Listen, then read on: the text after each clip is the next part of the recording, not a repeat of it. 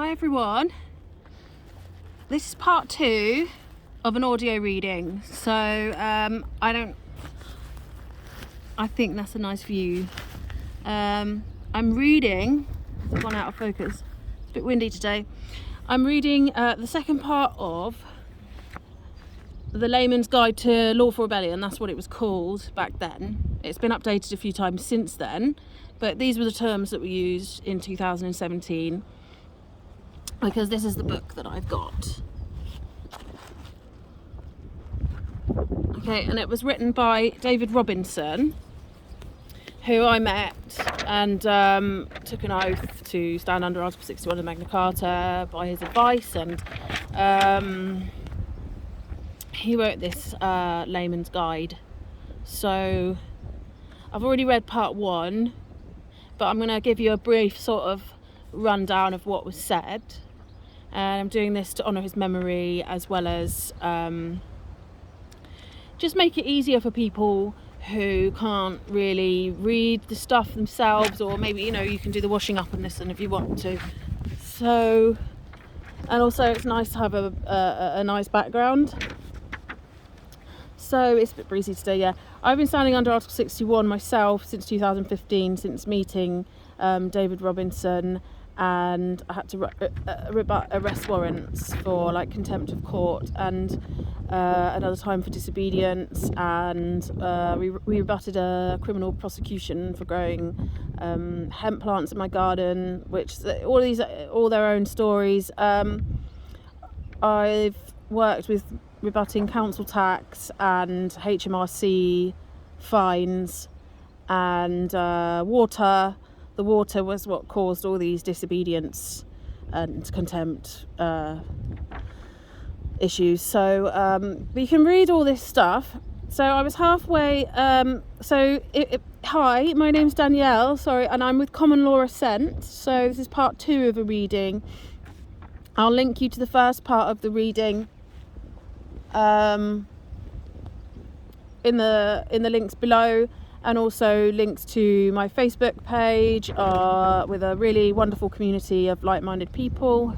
We've got lots of files. There's my Patreon account with lots of videos and audios like this one, and there's our website, which is www.commonlawassent.com, and we're just creating this network to help raise awareness of constitutional history, law, legal matters concerning the Constitution, if you like, case files people have done, all this work that people have done to raise awareness of our rights, basically.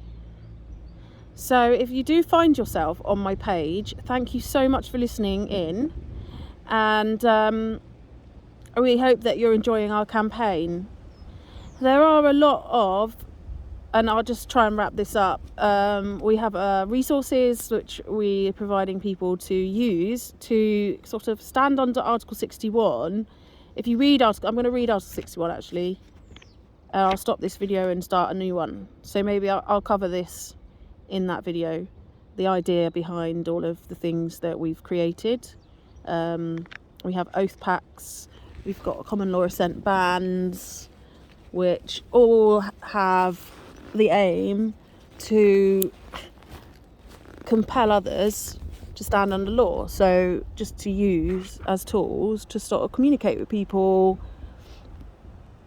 We've got flyers, we've got cards, we've got bumper stickers, you know, it's just making things easier for people to do that kind of work, which we've all been building on for a while, and it supports our efforts, which have been running for years now. So it really is now a culmination of my story of standing under Article 61, which is quite long, and I'd like to share more. So there are lots of things to see on the Patreon account, and there's an opportunity to pledge on there, which is patreon.com/common law assent. And I plan to do, a lot more readings. I have lots of, and I've already done a lot. So if you just have a look, you can probably see it. Anyway, I'm just going to carry on with David's Layman's, which I was like most of the way through anyway. So we were talking about a nation can survive its fools, but not traitors. We were talking about the common law judicial system in Britain and the Commonwealth being systematically dismantled since 1848. Changing any constitutional safeguard without obtaining the consent of people is treason. Just each paragraph. What most people consider to be law is not law. Illegal wars have been created. All true law in Britain and the Commonwealth is protected by the Constitution. It's not denied by those pretending to be in service that the people are policed by consent. And then David started talking about his story. He said he's been standing in open rebellion and that he enjoyed 100% success rate with every process he's done, and he basically took his work to Glastonbury, which is where he met people like myself. So we were all fascinated by his work, and we took it on board as our lawful duty to stand under Article 61 of the Magna Carta and take an oath to do so. And it's actually really helped me, and David really helped me, because I did have problems, and the processes and the templates we have are there for people to use if they have problems and they need a bit of support, and at least gives you the chance to have a voice. There's lots of ideas there, and it was empowering for me because I learned to give a voice to my opinions about things, or how I felt about maybe you can't afford something, or you're not happy about your taxes going to wars. You can do that with a pen. So but there's also some legal jargon in there that helps you to put the onus on the other person under the treason. So it's too long for me to try and explain everything really in a audio or on camera, and I try and give you snippets, but there's a lot of snippets to look at, so that can give you a broader picture. And then if you look at the files, you can kind of read at length things written by other people and other constitutionalists, and historical law documents like Blackstone's law, and you can read our case files in full. So I'm going to carry on with David's Layman's, and then probably do it again a second time in another video where I'm not talking over the top of it.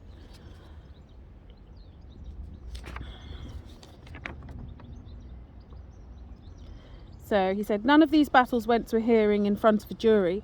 As we demanded, of course, the demands upon my clients just fizzled out. Summonses were not acted upon by police. Warrant officers or process servers and bailiffs did not act upon their threats either. We even stopped a 7-day committal order to prison for contempt of court issued by a so-called district judge. That was my process, by the way. Process included, so I'll read that later. 2 years on, and my client has never been dragged into their corporate courts. That's me. I never went there as a client, but it's fine to call me that. Nor has she served any time in any prison or police stations. No fines have ever been paid by her, nor has she complied with charges for water and sewage either, which is what the matter was about. We also had HMRC refund £1,700 to another client, whom had previously paid fines for not filling in tax returns for a few years. The fines kept on coming, even though she paid some of them under duress because of the threats she had received. So we decided to put the agents of HMRC on notice of the fact that the Crown has no authority to make such demands.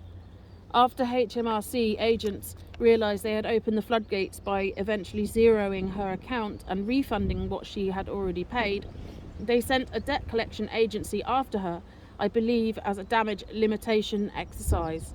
The debt collection agency were put on notice, and they handed the matter back to the HMRC, who again zeroed her account. The only argument we used was that they have no authority to make any demands since Article 61 came into effect. Another rebel brother, whom has had a similar result against HMRC, is now attempting to claim back all the tax he has paid since the 23rd of March 2001, when Article 61 was invoked. There is no reason why he shouldn't succeed, but we will see.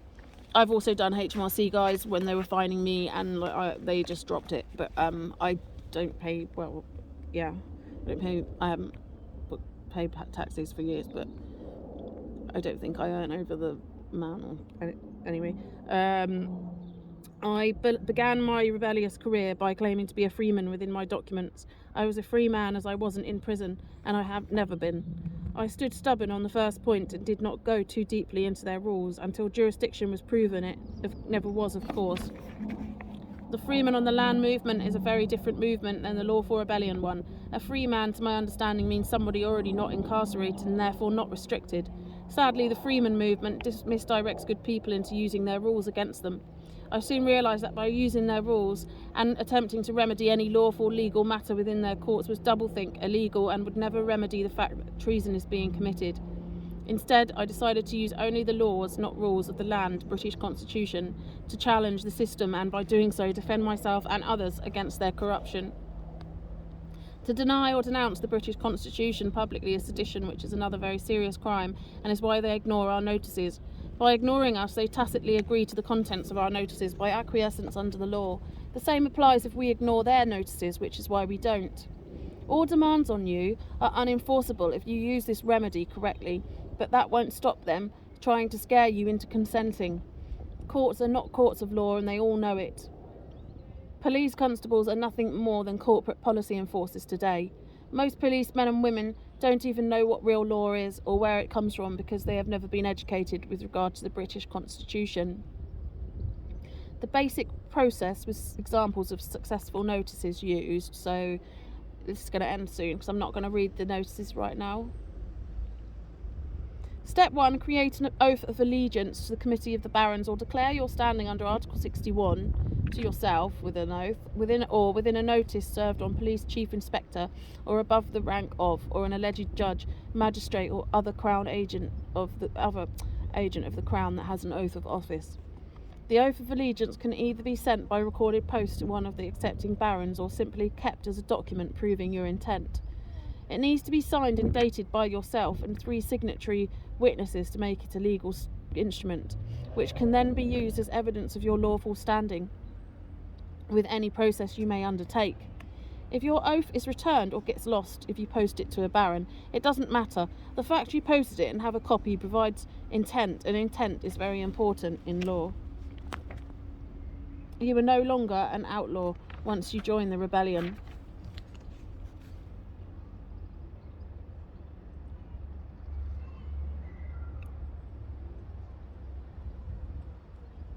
Example of an oath of allegiance to the barons. So, to the Lord and his address, from my name and my address, sent by recorded post. Date: Dear Lord, in full knowledge of treason being committed in Parliament by delivering the sovereign peoples of this common law land into the hands of foreign powers, in understanding of some wrongs done by the present holder of the office of sovereign, from whom I now transfer my allegiance, do willingly and wholeheartedly enter into lawful rebellion. So I'll now say, standing under Article 61, well, you can see for yourself, and I solemnly swear upon my oath to obey the Lords of the Barons Committee, whom invoked Article 61 of the Magna Carta, 1215, as long as they act strictly according to the Constitution at all times and in accordance with the protocols set out within Article 61 of the Magna Carta, 1215, until such times as redress of these present wrongs is achieved. So then you get sworn and subscribed on the date, signed, 3 witnesses. Anyone over the age of 21 can witness your oath. They don't need to be professional people, and nobody is going to question the validity of your witnesses anyway. Note, you can word your oath as you wish, as long as you follow the basic structure of its intent and purpose. The same applies with all notices and affidavits. So then there's the barons' addresses. I can provide all this in our files. And then 2, send a notice of conditional acceptance to any individual acting as agent for the Crown with regard to any demands you might receive. you saying that you won't comply with their demands, and you're instead stating that you'll comply with all of their demands as long as it's legal for you to do so, since Article 61 was invoked. Okay, so there's a lot more to this because it's got all of our notices in, but you can actually read that yourself by looking at our files or asking to be directed. So if I'm ever on a Facebook ban and you can't get a response, it's because of that. And best off finding me at my Patreon account, and it really, if you're asking me for advice, that's the best way to get my attention. Although I will help whoever I can, because obviously this is very much an interest of mine. However, I can't answer people on Facebook all the time, and we do have a website, so if people could make the effort to find out as much as possible before asking questions, and look at considering like helping us out or taking part in the campaign, and just really having a good look and seeing what parts suit you and what parts don't, or just reach out and say hi before sort of railroading me with questions that might be slightly off. So that's it. I'm going to read Article 61 in another video, or I could just carry on, because Article 61 is the thing that the barons invoked. That's really what we're obeying. We're not obeying the barons, we're obeying, like, it's a simple common law thing. They've invoked this because treason is occurring in Parliament, so this is the remedy for treason, and it's an ancient one. So do you see what I mean? It's just the response, the responsible response. And if you read the law, which I'm about to do for you, you'll see what I mean. So Article 61 says, Since moreover for God and the amendment of our kingdom, and for the better allaying of the quarrel that has arisen between us and our barons, we have granted all these concessions, desirous that they should enjoy them in complete and firm endurance for ever. We give and grant to them the underwritten security, namely, that the barons choose 25 barons of the kingdom, whomsoever they will, who shall be bound with all their might to observe and hold and cause to be observed the peace and liberties we have granted and confirmed to them by this our present charter, so that if we or our justiciae or our bailiffs or any one of our officers shall in anything be at fault towards anyone, or shall have broken any of the articles of this peace or of this security, and the offence be notified to 4 barons of the aforesaid 25, the said 4 barons shall prepare to us, or our justiciae, if we are out of the realm, and laying the transgression before us, petition to have that transgression redressed without delay. And if we shall not have corrected the transgression, within 40 days reckoning from that time it has been intimated to us, the 4 said barons, 4, shall refer the matter to the rest of the 25 barons, and those 25 barons shall, together with the whole realm of the community, distress and distrain and distress us in any ways possible, namely by seizing our castles, lands, possessions, and in other ways they can, until redress has been obtained as they deem fit, saving harmless our own person and the person of our queen and our children. And when redress has been obtained, they shall resume their old relations towards us. And let whoever in the country desires it swear to obey the orders of the 25 barons for the execution of all the aforesaid matters, and along with them to molest us to the utmost of his power. And we publicly and freely grant leave to everyone who wishes to swear, and we shall never forbid anyone to swear. All those moreover in the land who of themselves and of their own accord are unwilling to swear to the 25 to help them in constraining and molesting us, we shall by our command compel the same to swear to the effect foresaid. And if any one of the 25 barons shall have died or departed, or be incapacitated in any other manner which would prevent the foresaid provisions being carried out, those of the said 25 barons who are left shall choose another in his place according to their own judgment, and he shall be sworn in the same way as the others. In his place according to their own judgment, he shall be sworn in the same way as the others. Further, in all matters the execution of which is entrusted to those 25 barons, if perchance those 25 are present and disagree about anything, or if some of them after being summoned are unwilling to be present or unable, that which the majority of those present ordain or command shall be held as fixed and established, exactly as if the whole 25 had concurred in this. And the said 25 shall swear that they will faithfully observe all that is aforesaid, and cause it to be observed with all their might. And we shall procure from no one nothing from anyone, directly or indirectly, whereby any part of these concessions and liberties might be revoked or diminished. And if any such thing has been procured, let it be null and void. We shall never use it, and we shall never use it personally or by another. So that's it, in a wrap. They did do that. They petitioned the Queen. They invoked Article 61. There still are some barons, accepting oaths, but even if there were none, it's on their website, the people that did it in the first place, that anyone can carry on their work. So they've basically done it, and they've passed it on, and anyone can swear in, and that is a law. And anyone that says it's revoked or it's no longer valid, it's like, who are they to give that opinion? Like, it's been invoked and people stand under it. It's very, very much valid. And you can demand a court d'jure to hear any matter. You can stand under this, and it's basically, it just tells us that we compel others to stand under this law. Like, it just tells people to be aware of this and to do what we can to stand up for ourselves, because that's what we need right now. So I'm going to wrap up there because I've been going on for ages, and I will separate this out and read it separately again later. It's a bit breezy today. I hope you're all having a lovely weekend. Please check out our Facebook account and Common Law Assent, Patreon, Common Law Assent website, all the rest of it.